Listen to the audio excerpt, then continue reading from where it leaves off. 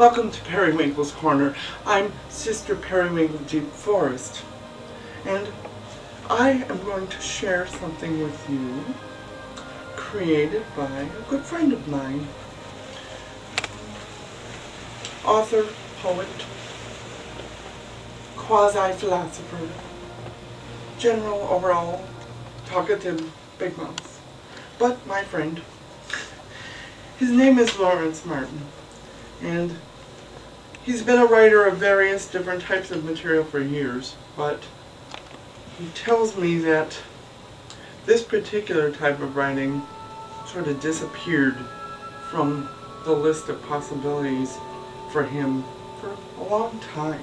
On that note, I'm going to read what he has written. He tells me that what inspired it initially was a Memorial Day celebration where he gathered 16 of his friends together and had the typical American celebration on Memorial Day, which was a barbecue and a picnic. But then, because he is also a pagan, he wanted to include a piece of ritual in what he did with his friends that day, and this inspired him a couple of days afterwards to write this piece. So I'm going to read that for you. Its title is Courtyard Musings. A now hallowed and sacred space, once and still echoing for him, with the laughter, love, and connection of friends assembled and celebrating, honoring both those alive in the physical and those alive in memory and spirit. So many loved ones gone, but never lost or forgotten.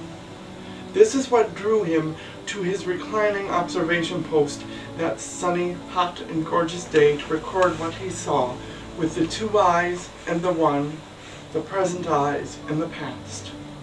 He beheld trees which resembled stalks of broccoli when viewed from the ground up, or the pattern of leaf growth on another, which seemed as though this tree had just been through a severe summer storm, leaving its growth bare in spots.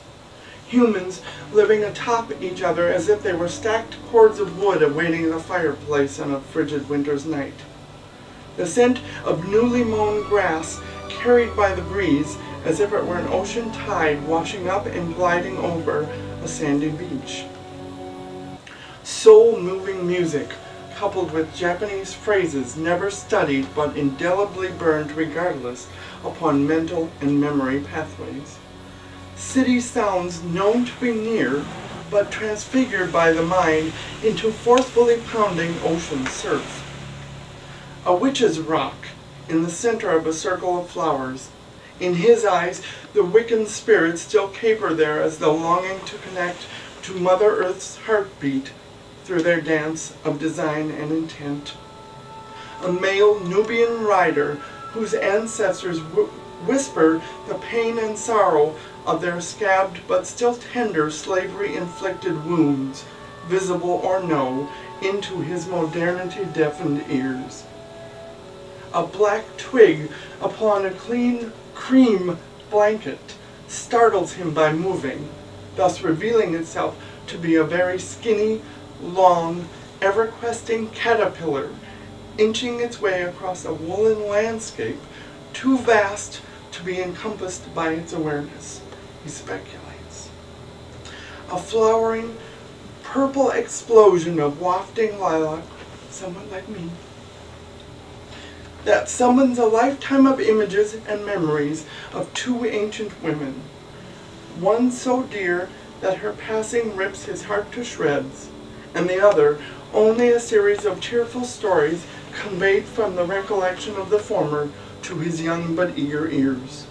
He did not know the storied crone, but glimpsed her magic connection while standing upon her gravestone in the tiny fenced-in family cemetery many years before.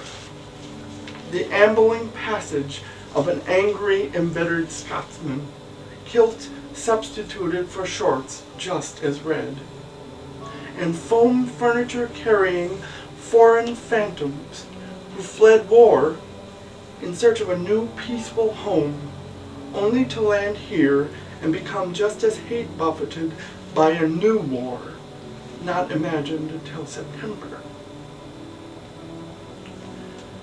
Memories of an eternally happy Oriental dancer named Garland, Fey one, proving that male movers through time have matched undulating females in their beauty and creativity.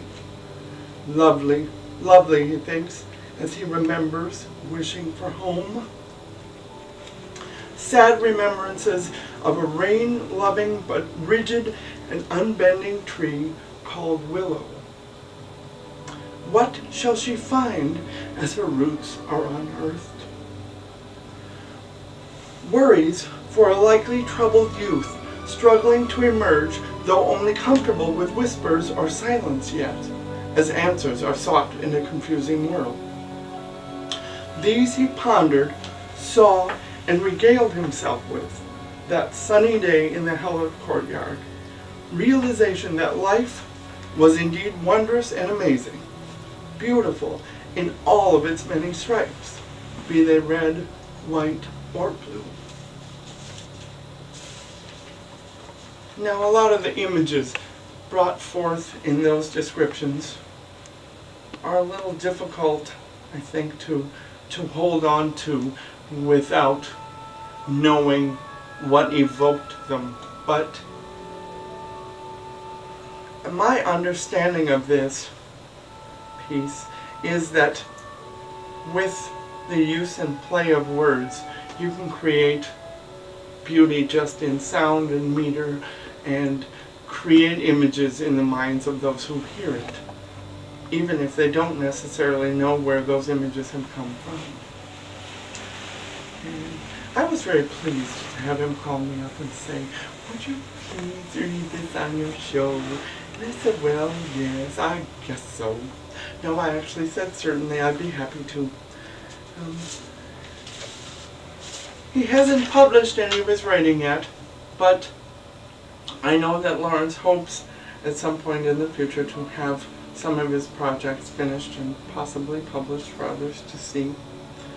But I just wanted to share that with you and realize that no matter where we look and how we look, we're going to find GLBT community members that have things to share with us, and their experiences can be viewed as strange and unusual and beyond us and not in any way connected to us, or they can simply be viewed as the experiences of yet another human being that, well, guess what, if we think about them enough, we might actually be able to learn something from them. So, thank you for tuning in. I hope that you find the things that we share with you on this program of some use, even if it's just emotionally edifying or gives you a giggle. Thanks again for joining us, and please do so again. Without you, we wouldn't have a reason to be here. So thank you very much. Bye now.